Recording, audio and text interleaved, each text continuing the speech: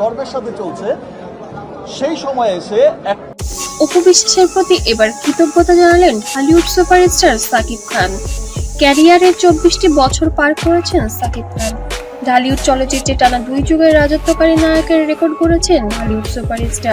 বাজে মহল, খারাপ মহল সবসময় চায় যে আমাদের সিনেমা যেন ধ্বংস হয়ে যায়, আমরা যেন ভালো সিনেমা না বানাতে।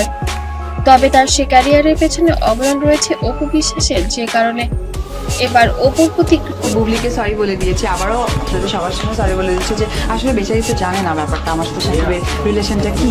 কৃতজ্ঞতা জানিয়েছেন স্বামী সাকিব খান। তাই তার বিস্তারিত জানতে একটি মুহূর্ত না টেনে সম্পূর্ণ ভিডিওটি দেখবেন।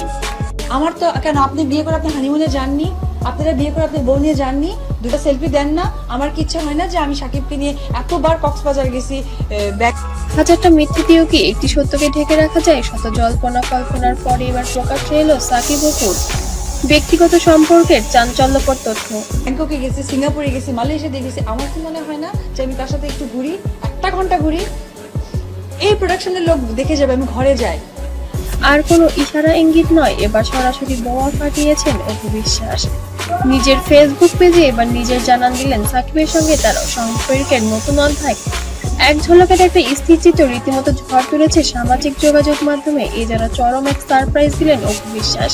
অপুর সাথে সিরিয়াসলি অনেকদিন শুটিং হয়নি, আমাকে মেকআপ করছে আর বলছে।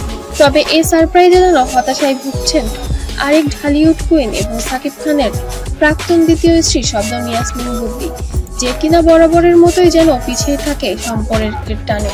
তবে অপু বিশ্বাস যেন সম্পর্কের টান পূরণে সবসময় এগিয়েই আছে 1-2 পা।